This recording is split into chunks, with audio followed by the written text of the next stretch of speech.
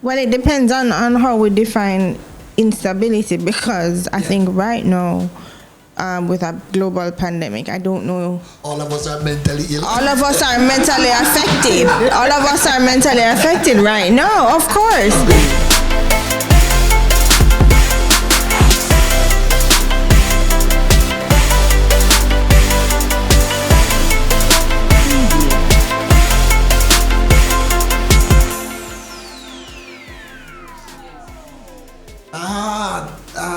Excited about this.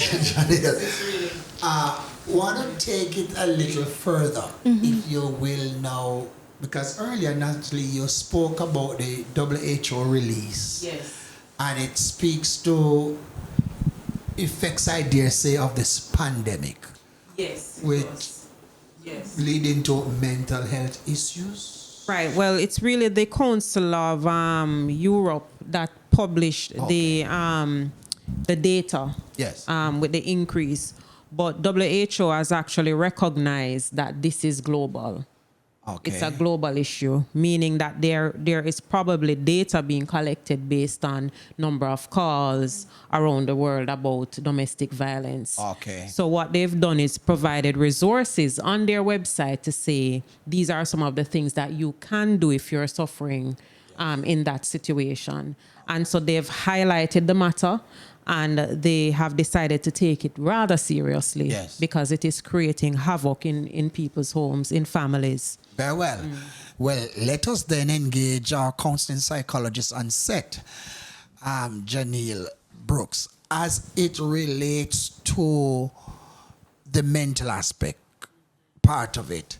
Help us to understand how this pandemic that ultimately, I think, is the fear of death and all the associated ills that come with it.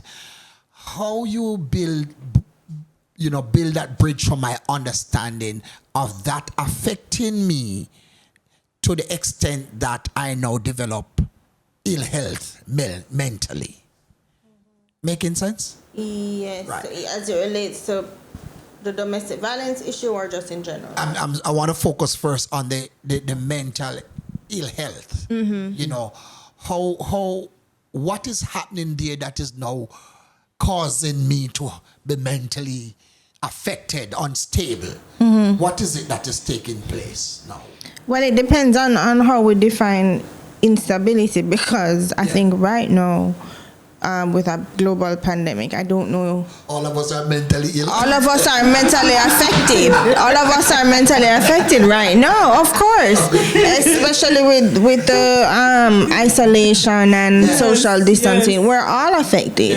Even, initially the people who are introverts were laughing after the extroverted people to say, haha, we've been practicing for this all our lives. So, but even the introverts I know now are kind of like, okay, yeah, this kind of gets out of hand now. I want to go outside and meet people. So I feel like all of us are affected. If there were people who were not affected in some kind of way, I would be concerned. So all of us are affected mentally and emotionally right now. To what degree, then that's a different conversation. So for persons who are experiencing more anxiety attacks and panic attacks, then, that is something that would need some kind of intervention. Okay. For persons who, with the isolation, have found themselves experiencing symptoms of depression, then that's an issue, For people who experience a lot of anxiety, just the thought of going outside now, and you have to wear masks and so when it a mental health, let's put it this way, a mental health issue becomes an issue when it starts to affect the way that you function on your job, socially, physically, emotionally. So when it starts to disrupt your function. So anxiety by itself is not a problem, but when you can't leave your house because you're so anxious, then it's a problem. You know what I mean? Sure. Yeah. So once you get beyond a certain grade, if I were to use that expression, now it's time for concern. So then, in a more specific way, persons, like I said, this COVID thing in terms of the mental impact, it's one, the fear that I may become positive and die. That's kind of the ultimate. Yes. But whilst that is not happening, I am now locked down, quarantined perhaps, because persons that I have been close to, have been tested, or locked down because of government decision. So movement has been restricted. And my normal course of life is now not what it used to be. Now this is affecting me. Yes. Said. So some of the things that you'll be advising me to do in this time would be what? Well, we mentioned before, limit the amount or balance the amount of information that you're taking in. Practice mindfulness, and just on a very broad scale, one can Google mindfulness exercises, and there are many on YouTube. Deep breathing exercises, guided visualizations, staying connected to family and friends, even though we can't see them physically. Zoom, WhatsApp video call, a host of different things that you can stay connected to your family and friends with. Exercise where possible. Like the Prime Minister says to Minister Tufton, jog in the yard if you have to, because our movements are restricted. But getting some exercise at some point in time, make sure you're sleeping properly.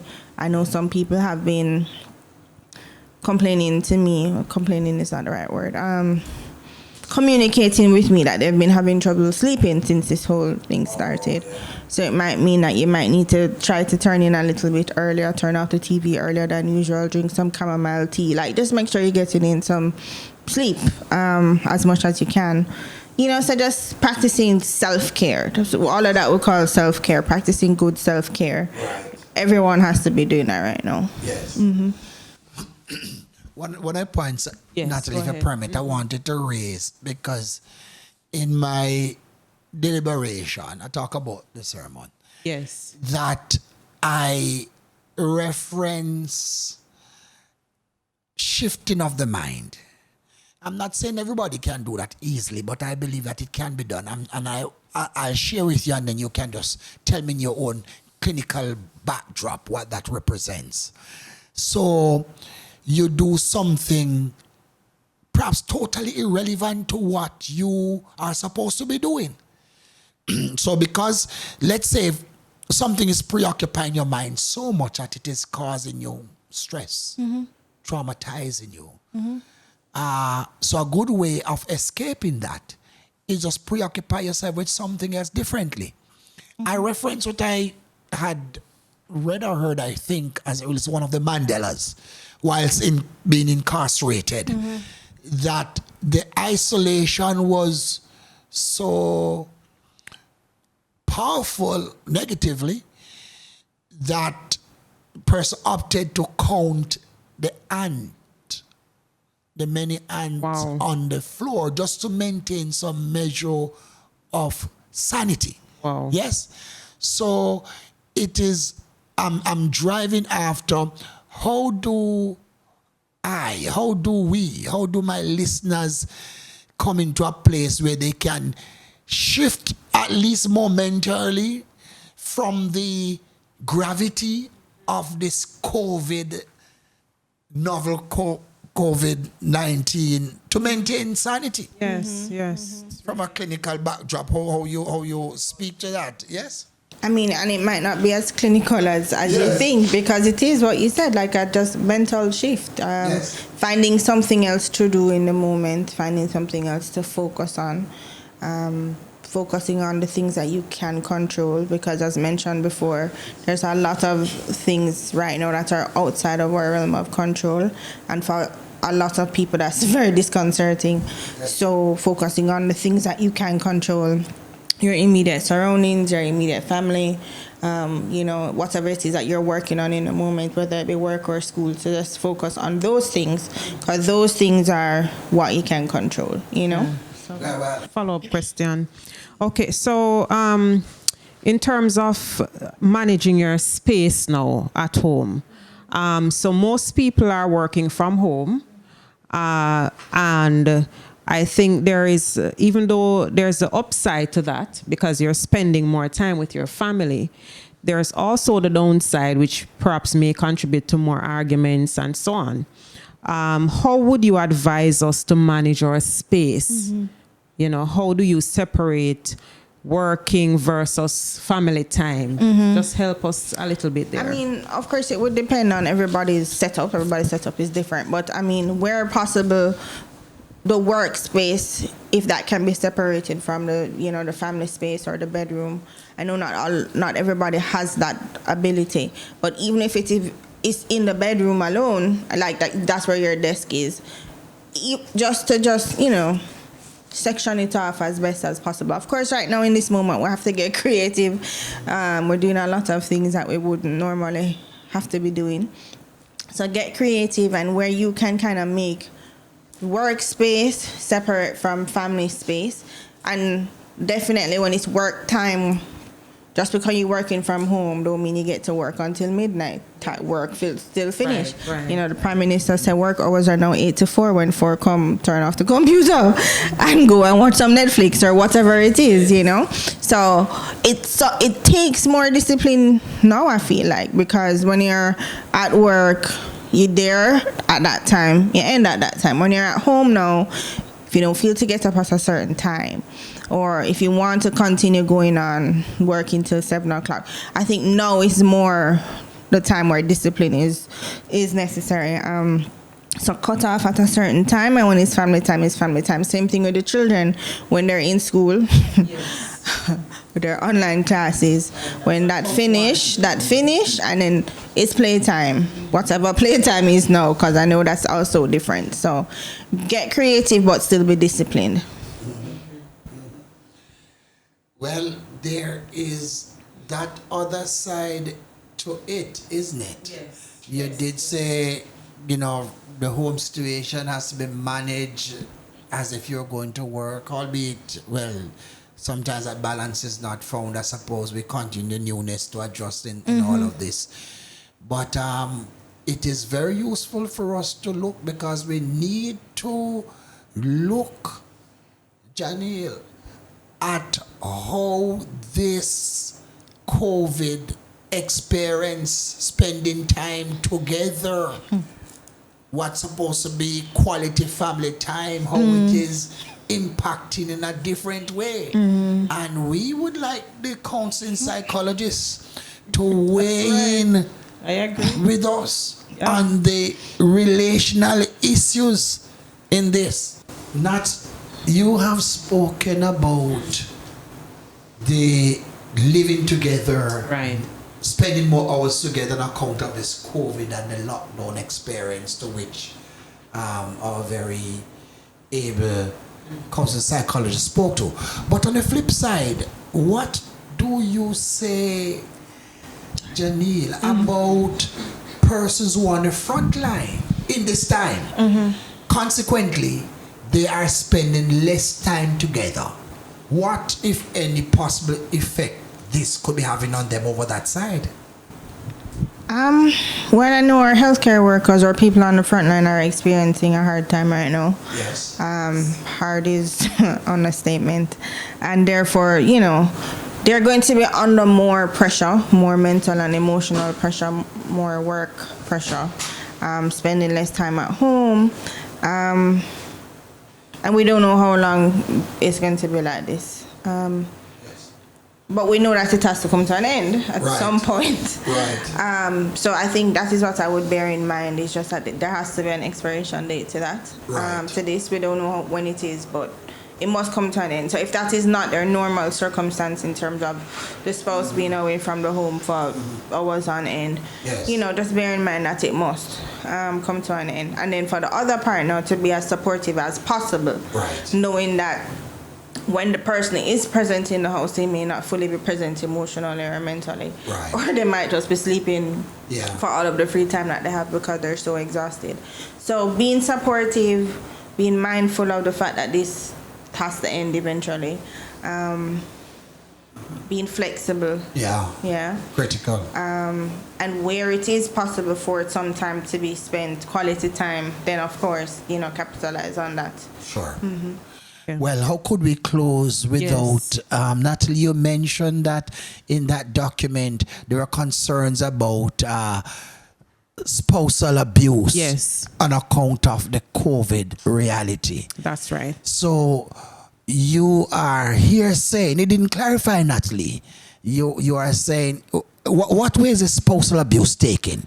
No, it's really, what is reported is the abuse against women. Oh, it's abuse. Yes. Is that not? That is what is being reported. Is that a comprehensive report, Natalie? That is what is being reported. Yes. There may be cases otherwise, Yes. I guess against men, but unfortunately there is no report on that. You know, Natalie, I believe that there could very well be an increase of spousal abuse where women are beating men. And I wouldn't doubt it. Yes. It's just unfortunately that they have not been any data to substantiate that. Well, we'll have to look into the absence of the data in these matters. By the way, my very producer was telling me off air earlier that, Madam Psychologist, that of case of this gentleman having gone over to be with his fiancé in this regard, and now with COVID, she is abusing him verbally and tell him to get out of the place. So I have empirical evidence that this kind of abuse taking place over that side. But give us your final take, Janelle, on this matter of spousal abuse. I think what's interesting is that COVID is revealing a lot of things that were already broken or not working before. I think COVID is revealing it. Our healthcare system is showing up. Gaps in educational system, are showing up. So I would also extend that to relationships. That COVID is revealing things that were probably already there. Abusive tendencies are probably now coming to the fore now because there's added pressure. There's loss of jobs. There is the anxiety associated with the pandemic. They're now in the same space. If people are working from home, you're spending more time than you probably ever did. Maybe unless when you were courting or whatever, For some couples, it's a lot of time spending is revealing things that were probably there under the surface. Right. And things that needed to be sorted before. That's right. Yeah, so I would say that abusive tendencies might be coming to the fore because they were already there, or because of the fact that people are now under added pressure.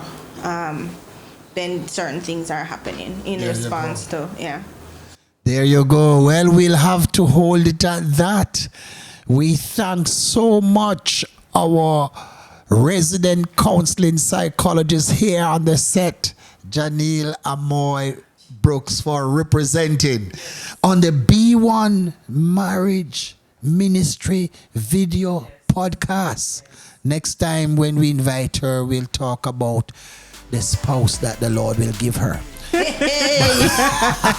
But that being said, we want to thank as usual our producer George and our sponsor Mattox Health and Fitness. Yes. We also want to thank our viewers. Please remember to continue to subscribe to our YouTube channel. Press the bell. It's a New Foundation Christian Ministries. Also on Facebook, it's a New Foundation Christian Ministries. Remember to like our Facebook page.